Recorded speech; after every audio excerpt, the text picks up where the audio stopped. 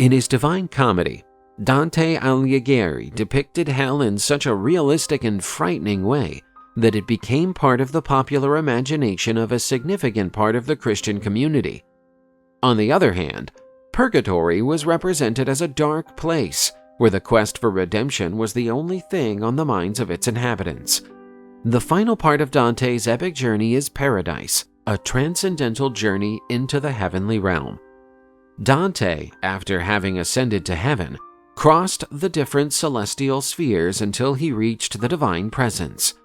We will now begin our journey through each of the celestial spheres until we reach God. Dante imagined paradise as a series of 9 celestial spheres, each representing a celestial body or planet in the medieval geocentric system. Standing tall above all the spheres is the Imperial, the home of God and the angels, a realm of pure light and divine love transcending physical space. This structure represents an ascending journey towards holiness, wisdom, and ultimately the presence of God. The first sphere of Dante's paradise is the moon, the heaven of the fickle, those who on earth have had their vows shattered for causes beyond their control. This sphere reveals the complexity of the heavenly realm in which human virtues and faults are examined through the lens of divine justice. The moon epitomizes mutability and inconsistency, qualities associated with its ever-changing appearance. This heaven is a place for souls who have been prevented from keeping their monastic or marriage vows, not by their own choice, but by external interference. Piccarda Donati, a nun who was forced to leave the convent, is among these. Peacefully accepting her position on the moon, Piccarda reminds Dante that in heaven there is no longing to be in a higher place, because each soul is in the spot determined by God's will, where it can most adequately fulfill its role. Acceptance of God's will, regardless of broken promises and unattained aspirations on earth, is a powerful lesson. Mercury is the second sphere, the domain of the well-meaning, those whose virtuous actions on earth have been sullied somewhat by the lust for fame and recognition. The souls in Mercury are those who have done good deeds, but whose motivations have been partly corrupted by the thirst for earthly glory. This sphere stresses a crucial truth about virtue. The purpose behind actions is just as important as the actions themselves. These souls' presence on Mercury rather than in a higher heavenly realm explains how the craving for recognition can tarnish even the noblest acts. Dante comes across Justinian, the Byzantine emperor, as the primary example of a mercurial soul. He recounts the history of the Roman Empire, spanning its conquests and failures, and the subsequent conversion to Christianity. He ponders how his rule was driven as much by divine motivations as by the desire for personal glory. Justinian's account provides a reflection on the nature of justice and governance, and how these are influenced by personal motivations. Mercury, hard to spot from Earth due to the brightness of the sun, symbolizes the nature of the good deeds done by these souls. Although virtuous, they are overshadowed by earthly desires. Dante's depiction of Mercury stresses the subtlety with which the quest for glory can lead even the noblest efforts astray, a frequent theme in his work. True virtue must be devoid of all selfish desire. Venus glows as the heaven of lovers and represents the third celestial sphere, where those who have loved passionately but justly find their celestial rest. This is where love transcends physical infatuation and aligns itself with the divine order. In mythology and astrology, Venus, the planet associated with love and beauty, is the ideal setting for souls who have had intense earthly love experiences, but who have kept their desires within the boundaries of morality and virtue. This sphere honors true love, that which, despite its earthly nature, has been purified and elevated to a higher expression of itself. This sphere mirrors the complex nature of human love. This is a place of reconciliation, where earthly love is purified and elevated, and passions are aligned with the divine will. In all its forms, love is a mighty force that can lead to both downfall and redemption. The sun is the fourth sphere of Dante's paradise, the heavenly dwelling of the wise and enlightened, an orb that shines with the glow of wisdom and knowledge. Dante meets the souls of the great masters, theologians and philosophers, all of whose lives were spent pursuing the truth and understanding divine matters. In its radiant glory, the sun represents wisdom's light, enlightening the mind and guiding the soul to the truth. In this luminous circle, Dante is encircled by a crown of light, consisting of the souls of the wise.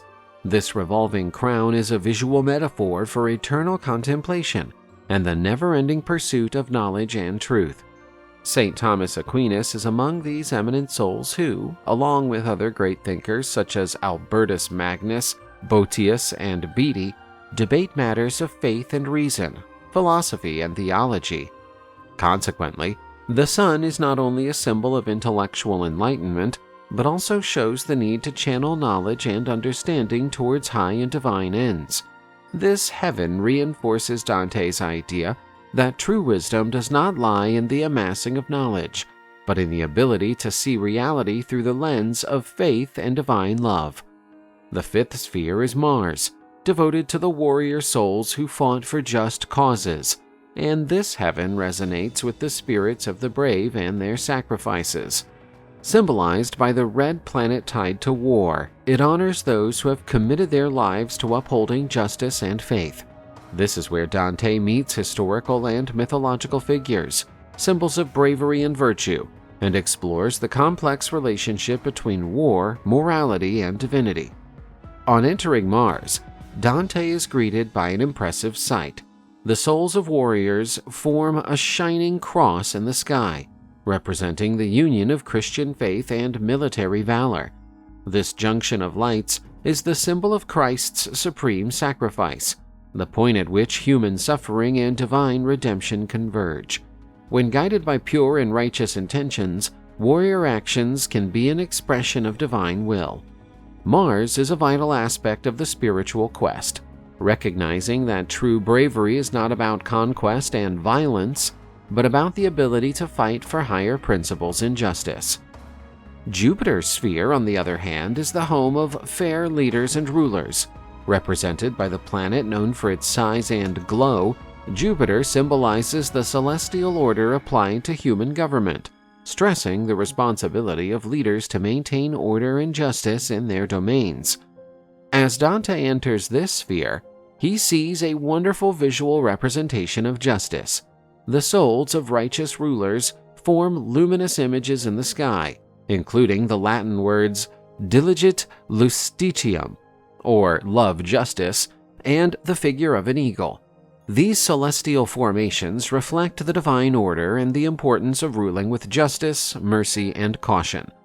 This sphere praises leaders who, down through history, have lifted themselves above corruption and personal ambition to serve with integrity, echoing the order and justice of paradise itself.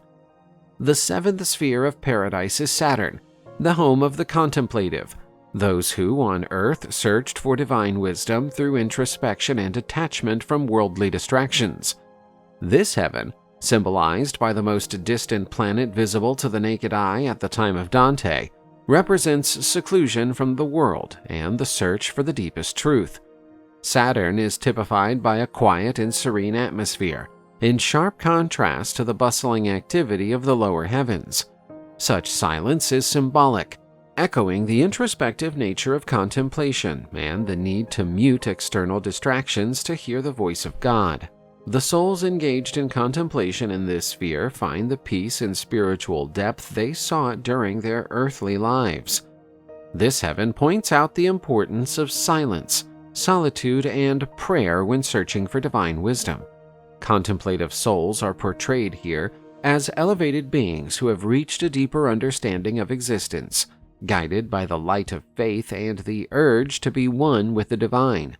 The fixed stars represent the eighth celestial sphere, lying beyond the planets, and are home to the souls of saints and martyrs, who live their earthly lives with unshakable faith and an unbreakable commitment to Christ's teachings. The fixed stars are a perfect symbol for eternity and the immutability of true faith. This heaven celebrates the Christian faith in its purest and most fervent form. Here, Dante encounters biblical characters and venerated saints, whose stories and sacrifices formed the basis of Christian tradition. These include the apostles, including St. Peter, St. James, and St. John, representing the foundations of the Church and testifying to the veracity and strength of the faith. The Primum Mobile is the ninth and penultimate sphere of Dante's paradise, the outermost of the physical universe, driving all the other celestial spheres. This heaven represents God's power, the primordial source of all movement and order in the cosmos. The Primum Mobile is a symbol of divine omnipotence, its constant and sustaining presence in all creation. This is a realm of pure and balanced movement, a contrast to the contemplative stillness of Saturn and the fixed stars. This heaven is the engine of the universe, the divine strength that propels and orchestrates the movements of the celestial bodies. This is where Dante is faced with the magnificence of creation and God's providential order, manifested in the perfect, synchronized movement of the spheres. As the driving force of the universe, the Primum Mobile also symbolizes the soul's never-ending quest for union with God. As the heavenly spheres are driven by love and desire for God, the human soul is impelled by an innate desire to return to its divine source, an eternal aspiration that sustains the spiritual journey. The Empyrean is the final, highest, and most sublime sphere, transcending the traditional concept of celestial space. The realm of pure light, eternal truth, and divine love, the place of God's immediate presence. There, the physical limitations of the universe vanish, resulting in a spiritual reality where divine truth and love are experienced in all their fullness. Its light is not just a source of enlightenment, but the very essence of God, radiating out in all directions and embracing souls in its presence. In the Empyrean, distinctions between being and knowing are blurred, as the souls present there participate directly in divine truth.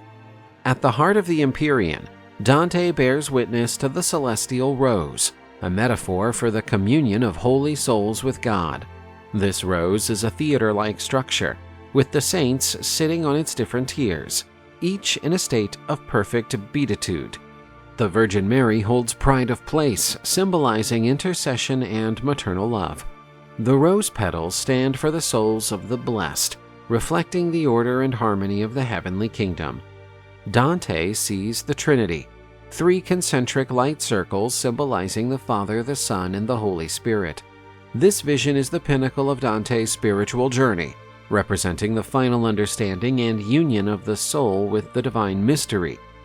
Therefore, the Empyrean is the zenith of the Divine Comedy, where Dante reaches the deepest understanding and the most profound union with God. This is a place of perfect harmony, where divine love and wisdom are perfectly experienced.